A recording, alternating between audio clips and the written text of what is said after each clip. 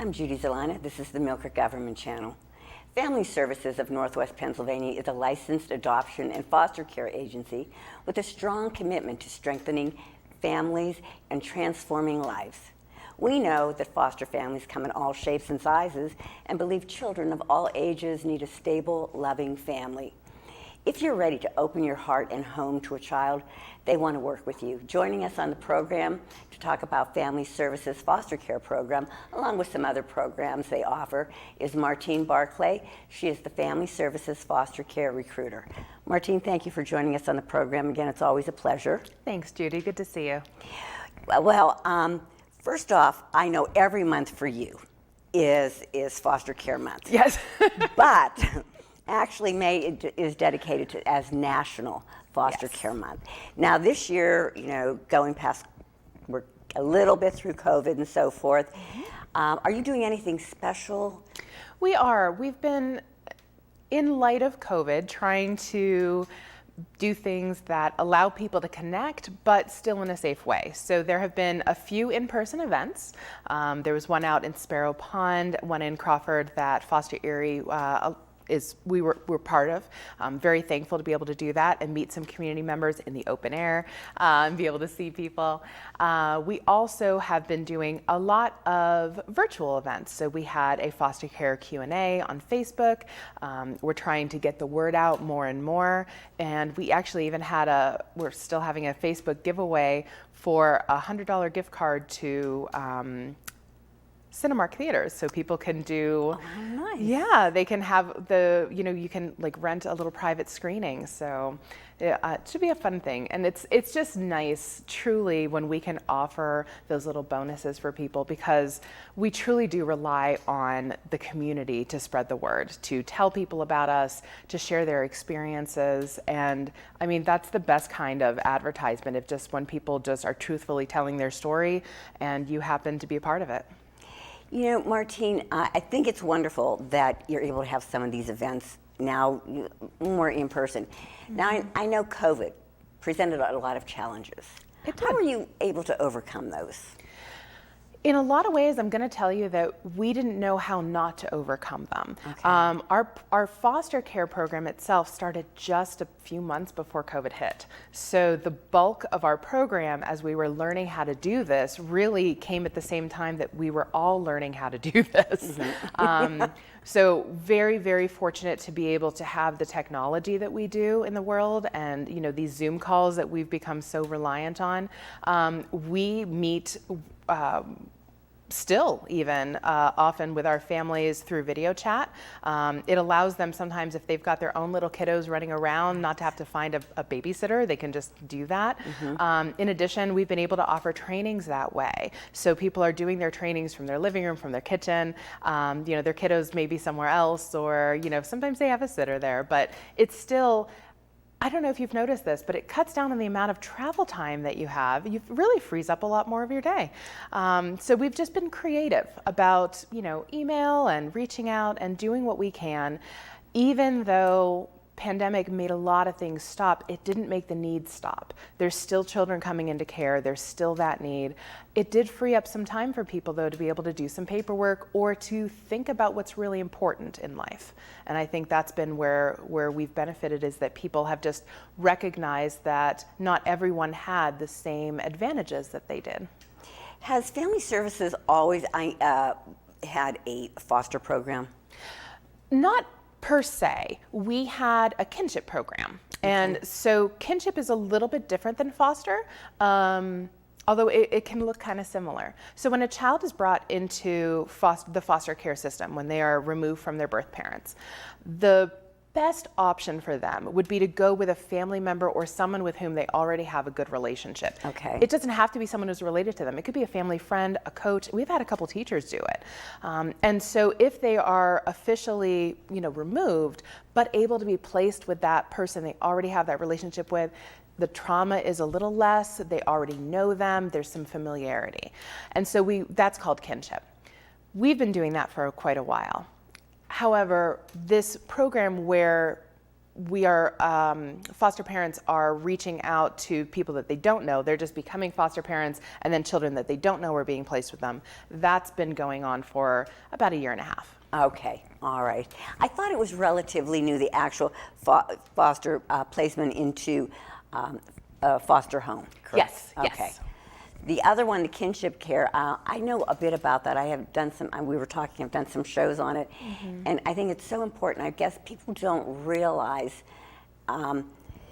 they think, oh, the grandparents are taking care of the grandkids, while the Right. daughter gets through a rough Patch there, but there's so much involved. I mean, you're talking grandparents that are Yes. retired. Yeah. When I have my grandkids, I always say, oh my goodness, the good Lord knew when to have me be a mother, because I would be on my heating pad afterwards when Isn't they that left. the best part about being a grandparent? You get to give them back. It's the best. You spoil them and then you give them back. Oh, I know. And I told my daughter, that's what's in the fine print. She just didn't read it. Exactly. Yeah, unfortunately, not every grandparent has that ability. And Exactly. a number of them actually, so they will be providing full-time care, and sometimes they go ahead and adopt those kids. Do they? So there they are, in their, what they imagine to be their retirement years, raising little ones. But, there's a lot of support for those families too. And it is good that they're able to maintain the children in the family. Now, you also have adoption services. Yes. And tell us a bit about that service. So if people choose to adopt a child from the foster care system, they can do that. Actually, what a lot of people don't realize is when we think about adoption, people think about, oh, there's a lot of money involved. It costs quite a bit.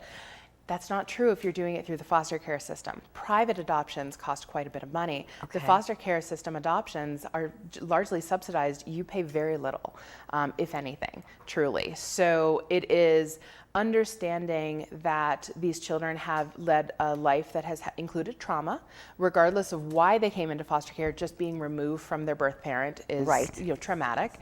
But children come into foster care from the day that they're born all the way through teens. So, parents who are looking to adopt, have different age ranges. And really there are some phenomenal kiddos out there who just don't have that safe connection in their family. And they just need someone who's going to understand that, okay, it may take them a little bit. They may have some bumps in the road, but, they are just awesome kids. Truly, just needing a home, just needing places to people who love them. And I think so often we will see horrible, tragic things on the news happening in various places. Right. And people will say, "Oh, I would have taken that baby."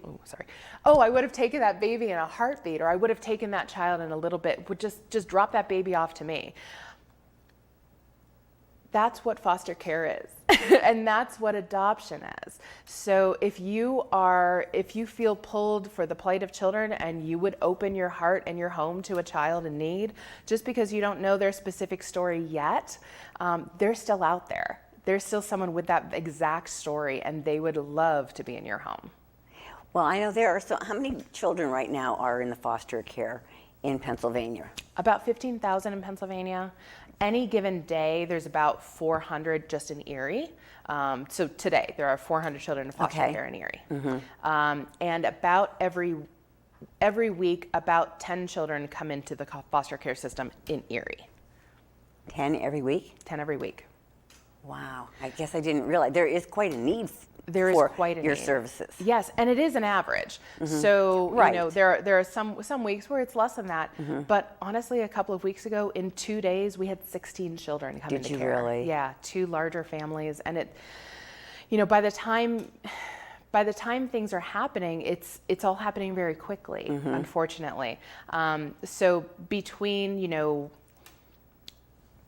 whatever it is that the birth parents are going through and however it is that they're coming into care, the good thing is that it's being noticed, and that these children are having the support to know that they're going to have their needs met, that there are safe people out there, that there's a safe home environment that's willing to open up their hearts to as a family. When you bring a foster child in, they may not stay with you forever, but for the time that they're there, they're your family. Right. And you can go on vacation, you can do all the things you normally would do, but just with a extra kiddo or two.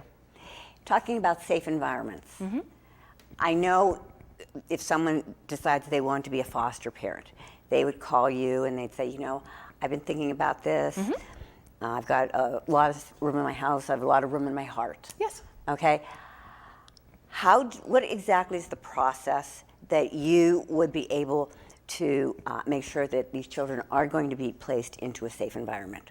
What do the foster parents go through, and what do you guys look for? Sure. So the first thing I'll say is there's not one way that a family looks. So sometimes people will be concerned. They'll say, "Oh, I'm divorced," or "My divorce isn't final. I'm separated," or they'll say, "I'm just a single person and I've got this love available." That's fine. If people are partnered, you know, living together, not gay, straight, what have you. Every family is going to have something to offer. They need to be 21 years or older, but there's not an upper limit. I actually got that question the other day. Is there a too old to be a foster parent? I was going to ask that. No, there's not. Actually, a lot of retirement age people say, "Hey, I've got the time. I'm still feeling young, and you know, bring on the kids." So outside of that, you know, minimum age, people do need to be able to pass a background check. That doesn't mean that they can't have had anything in their background, but there's some no-goes, obviously. As you said, the focus is on that safety. So we need to just know that if we're putting someone else's child with you, that we can assure those people that, hey, your child is in a safe place. So the background check, we do a home visit. Your home doesn't have to be perfect. Your home doesn't have to be fancy. You can rent, you can live in an apartment, whatever it is. You can have acres out in the country, however it is that it works. But we want to be sure that the home is safe. There's smoke detectors. There's not, you know, the stairs are, you know, are stable, and and that there is you have room for the child. Do you have an area that they can be, and that they can have some of their own space? Or are they going to share with one of your other kiddos? That's fine too. We just need to know that there's adequate area and that it's a safe environment. We also make sure that people are financially stable. We have a lot of training that we put people through. And actually, let me back up just a moment. Okay. Financially stable doesn't mean rich. Financially stable means that your bill's going out and you have money coming in, and at the end of the month you have at least broken even, if a little bit, you know, in your pocket. That's stable. We just need to be sure that the kiddos aren't going to be in an environment where they're concerned that the power is going to get shut off, or that there's extra stress in the family. And then we are doing interviews, we're asking some references, and we're really making sure that our foster parents or adoptive parents know what sort of situations might come up and that they're just prepared. So we want to be sure that we're giving them the support that they need, but that we're also giving them informed, you know, they're making an informed decision so that we're not springing anything on them. They kind of have an idea like, oh yeah, wait, they talked about this in class, let me. But they're always welcome to call us. One of the things that is our hallmark of our program is just the support that we offer. You know, we're there, we're available, you know, we're checking in here and there just to try to be sure that the family is still in a good place as well as the child. Martine, what type of clearances would one have to obtain? There are just a few background checks. So there's the FBI fingerprints, state police, your local police, if you live outside of Erie, so even if Millcreek or Union City. And then there's Childline, which is the state reporting agency for child abuse. So once we kind of just go through those, and we do pay for those. So it's a little bit of frustration, not frustration, it's a little bit of annoyance for people because they have to go and actually get their finger printed, but you at least don't have to pay for it.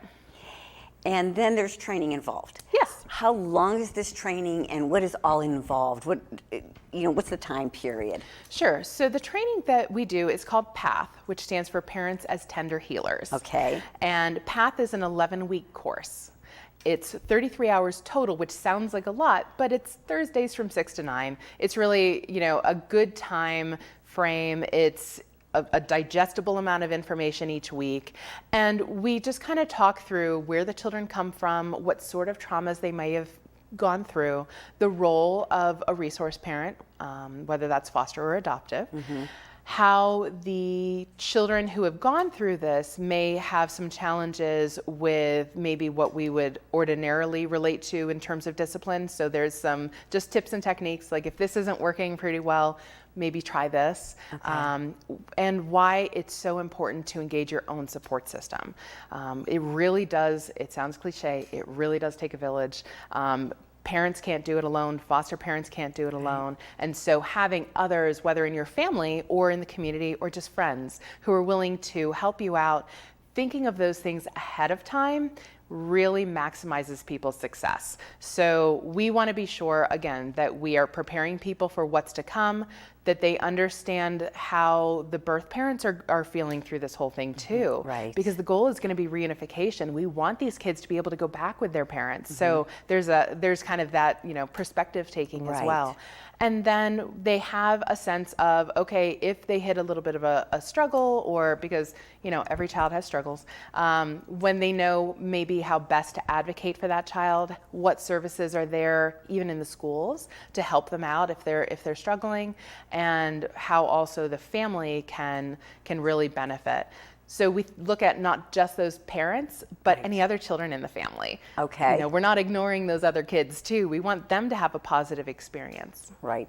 So this 11 weeks, I think as you're telling me, as you're going through these 11 weeks, what's really nice, people have different questions, and I'm sure there will be questions that no one has asked before, and it's like, oh, I never thought of it, but a good thing, to do in that case would be such and such. Mm-hmm. Who is the one that would lead these trainings? I do, as well. Oh, well, then they would have a pro they would have at the helm. Mm-hmm. There's 3 or 4 trainers. I'm one of them. Melissa Scobie, the director of the foster care program, is another. Okay. As well as Scott Russo, who is one of the other permanency supervisors. And yes, we've been doing this a while. Really, by working with the families, we kind of know, oh, here's some things to expect. We can also say, you know what, I had a foster kiddo and here was this situation. So we also can kind of pull some of those experiences in to give that.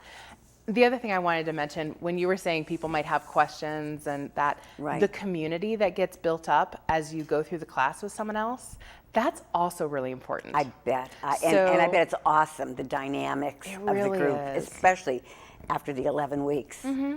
And because those families are all coming from different aspects. Some people come into foster care as, some people come into wanting to be a foster parent because they've had an awesome family and they want to share that with a child.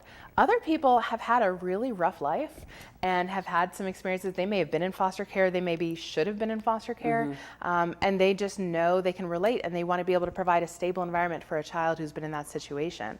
So I think the different perspectives that people bring to the table as well is just makes for such a rich conversation. And you were saying that there is no textbook ideal family. Not at all. Not at all. I know it sounds kind of weird, but people of different religions, ages, backgrounds, socioeconomic, status. As I said, members of the LGBTQ community.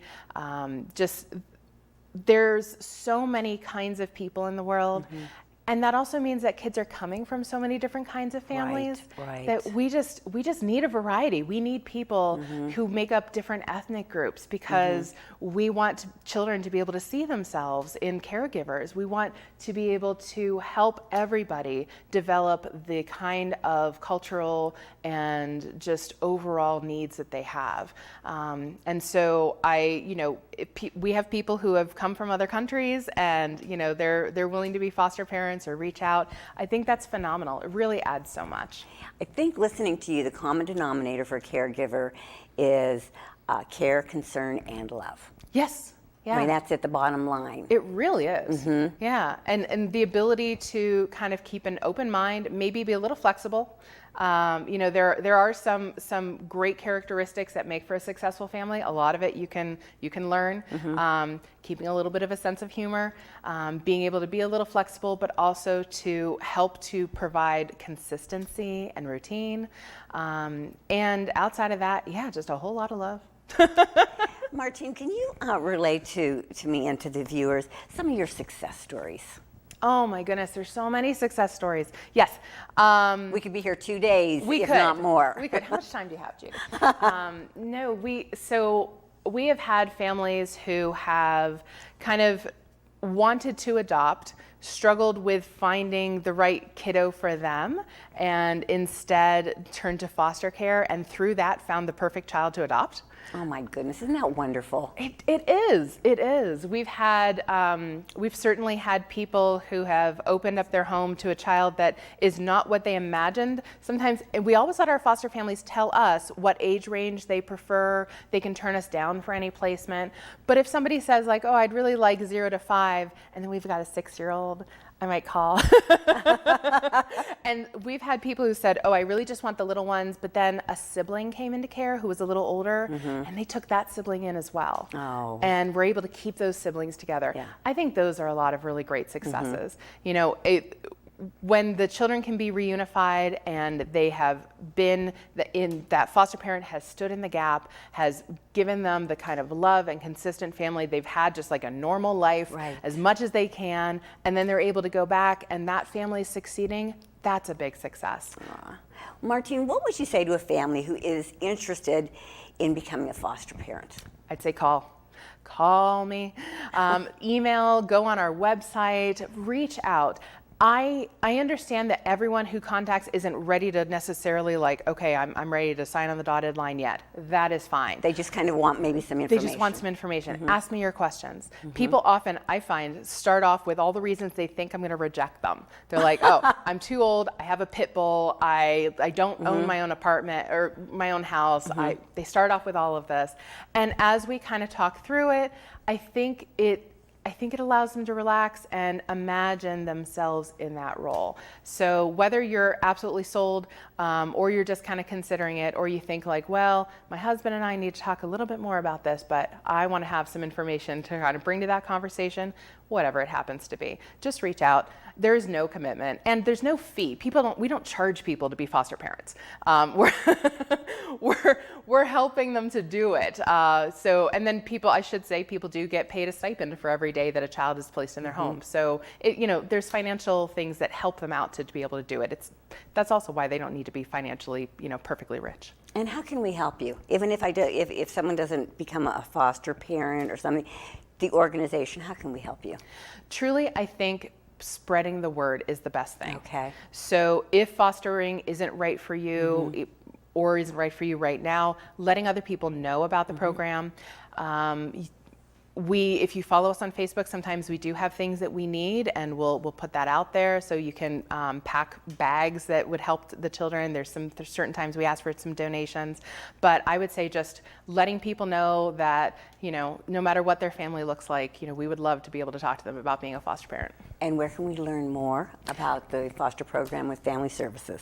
Going to our website would be great, going to our Facebook page, or you can send me an email. Martine, our time's come to an end. I could sit here and talk to you forever. I mean, it's a wonderful, wonderful service that you provide. It really is. And I'm so thankful to be part of it. It's got to be so rewarding. It is. It's fun. It's fun. It is. So again, thank you for being on the program. Really appreciate all that you do. Thanks for your support. Viewers, if you have any questions and want to learn more about the foster program at Family Services, like Martine said, check out their website, give them a call. And until next time, have yourself a wonderful day.